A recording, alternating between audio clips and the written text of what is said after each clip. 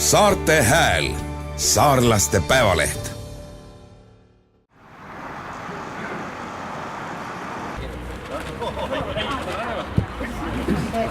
Oleme täna siin selleks, et avaldada toetust GoBussi ja ametiühingu palgaläbirääkimisi, mis algavad täna kell 12 Tartus.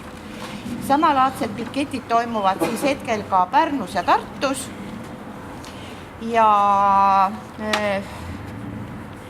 ajaloost või informatsiooniks siis see, mida te juba kõik teate, viimasel koosolekul sai pikalt räägitud, et ÜTK läbirääkimised jooksid ummikusse, meie nõudmised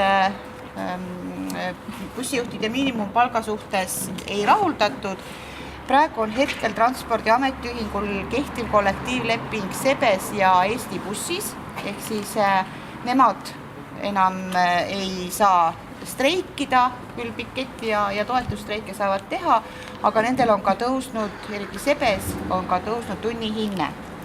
Ja juba sellel ajal, kui üldkokkuleppe läbirääkimised käisid. Täna siis oleme laua taga Tartus GoBussi ja Tarbussiga ja küsime ka meie bussijuhtidele lisatasu. Nii et tunnihindeks küsime 3.30.